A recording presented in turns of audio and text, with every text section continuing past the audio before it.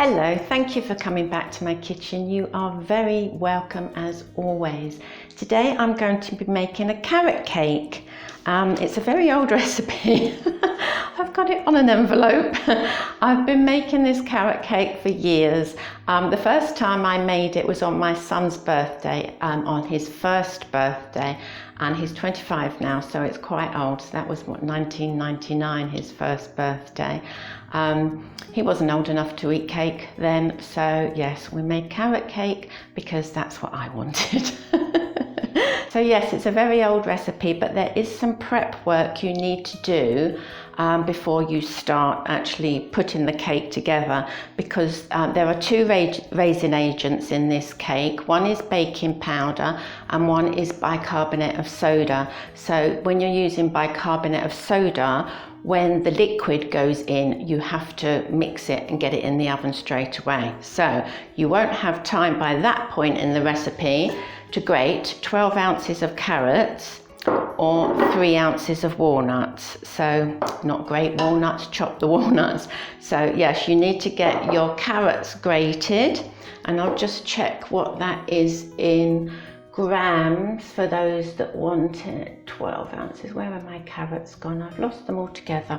Carrots, 12 ounces or 350 grams of carrots. And as you can see, these are just grated. And what are we looking for next? We're looking for the walnuts. That's 3 ounces. Or walnuts. 3 ounces or 75 grams of walnuts. I did toast these walnuts this morning and let them cool. So you toast them in the oven on 150.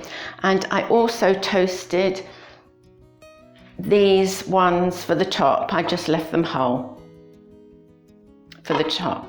Okay, put those back because we don't need those yet. So the next thing to do is put our oven on. It's 160 degrees centigrade with a fan oven, 170 without, 325 degrees if you're Fahrenheit, and that's gas mark 3. So the next thing we need to do is line 2 baking tins. And these are non-stick ones I have anyway. I've just lined them with a bit of greaseproof or parchment paper, just to be safe, just so it comes out. If yours aren't non-stick, this cake is made with oil, so you might need greaseproof paper and a little bit of oil round the edges and underneath, okay? But I know my cakes come out of here, so just the greaseproof paper is fine. So now we want to put into a fairly large bowl, because we do have all these carrots that have got to fit in, so we do need a big bowl. So we've got 9 ounces of plain flour,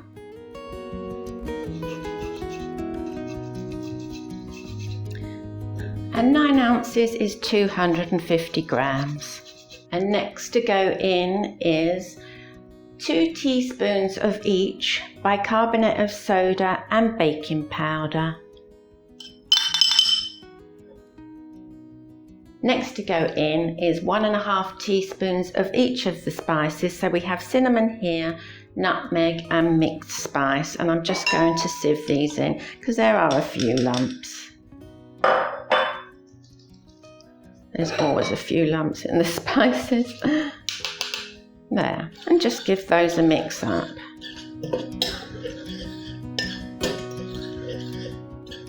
Next to go in is 9 ounces or 250 grams of light brown sugar, and just give that all a mix up in the bowl.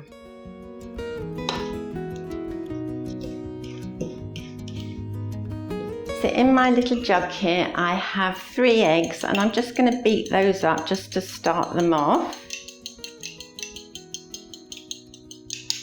because we do have to be quick once we put the liquid in, as I said in the beginning.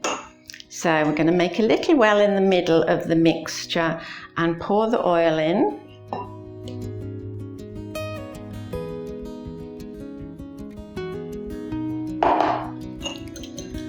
Followed by the 3 eggs. And that was 225 millilitres of oil. And then we just need to mix all this together very well.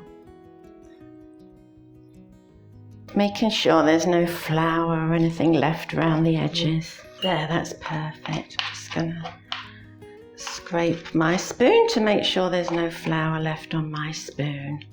Then we're going to put in the 12 ounces or 350 grams of grated carrots, 3 ounces or 75 grams of sultanas, and 3 ounces or 75 grams of the chopped walnuts that we prepared earlier.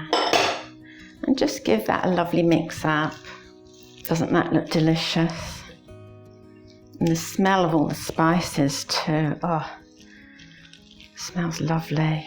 So we just want to stir this all together until it's all combined.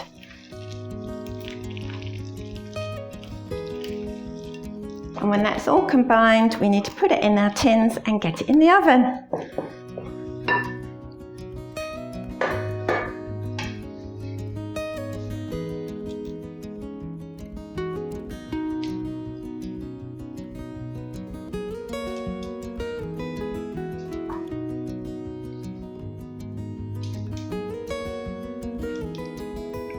Try and get them just about even, but if they aren't, it's not really a problem. We just put the thicker one on the bottom when they're sandwiched together.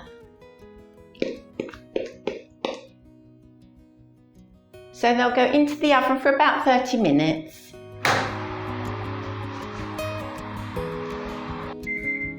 So that's the 30 minutes. Let's see if they're done.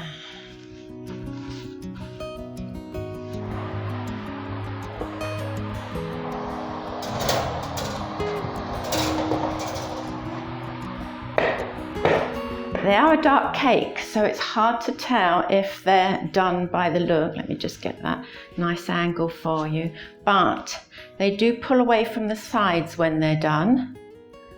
I don't think you're going to really see that on the camera, but they're just pulling away from the sides all the way round, and that's when they're done. Maybe you can tell on this one better.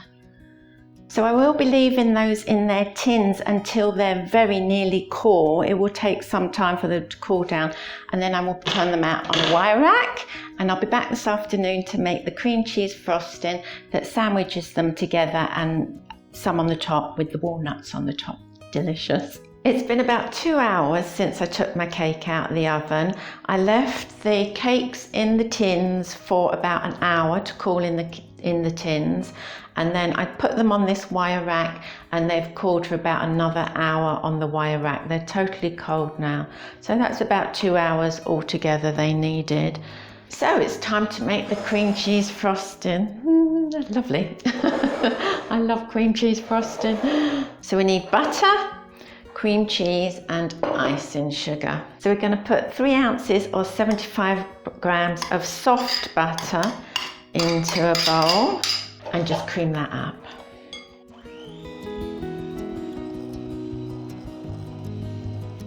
And to that we're going to add 4 ounces or 100 grams of cream cheese, and I'm just going to cream that in gradually.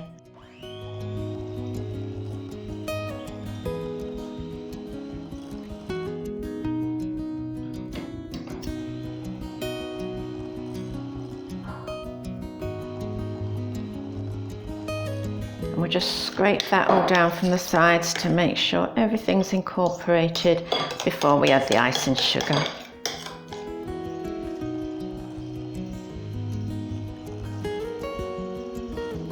So now we want to sieve in 8 ounces or 225 grams of icing sugar. And this is the bit that's going to make the mess, because the icing sugar always tends to go everywhere.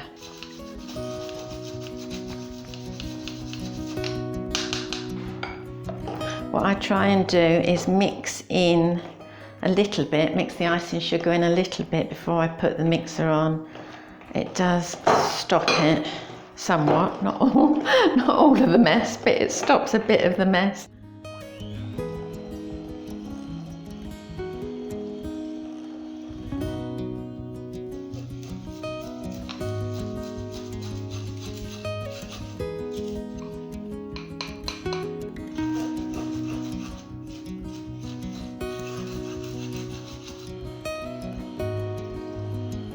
And just scrape down these sides to make sure all the icing sugar is getting in.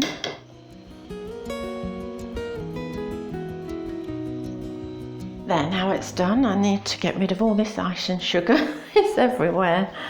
No matter how careful you are, icing sugar always gets everywhere.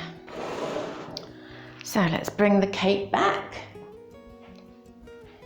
Now I'll be serving it on this today because it's part of one of these Tupperware containers, and it's quite a big cake and it's hard to transform from a plate to something else.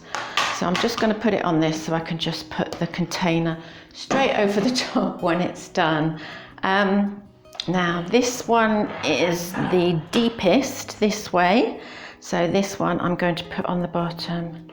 These cakes made of oil are a little bit more delicate than when they're made of butter. I think because the butter, when it gets cold, hardens, but the oil is still a liquid. There, that's why an oil cake is nice and soft. Just move this one over. So what we need to do is just divide in your mind, or in the bowl, that would be probably good too. Half is going to go inside to sandwich the cake, and half is going to go on the top when the other half is on. And I'm going to use a spoon, I think, for this. So we're just putting half on, and we'll spread it out for sandwiching.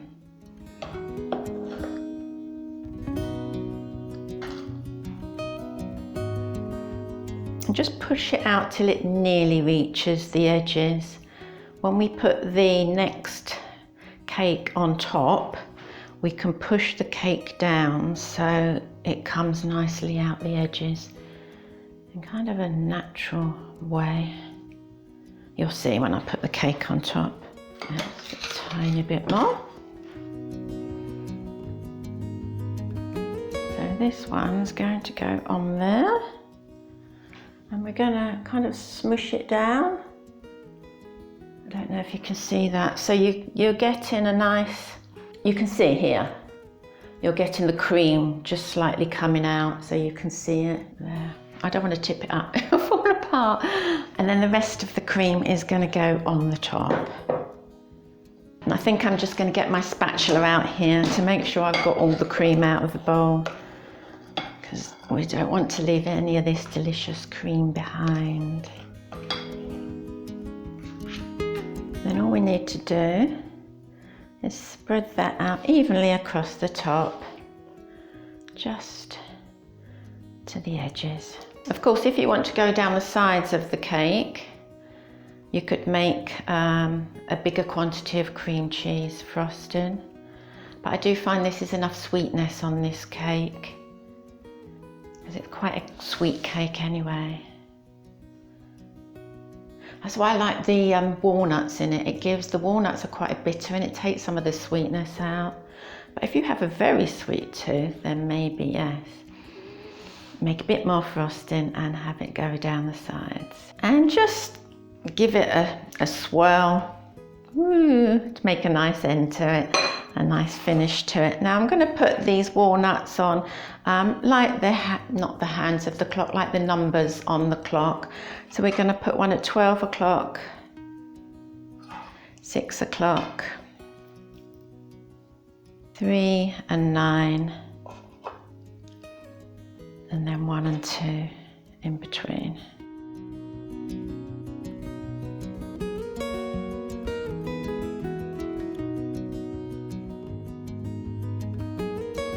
And I think I'll put one in the middle. There.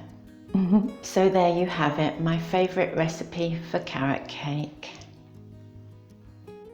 Ooh, let's get that middle walnut out of the way. You can see how lovely and soft this cake is. Thanks for watching today. If you have enjoyed this video, please consider subscribing. It will help my channel greatly, and I hope to see you again next time.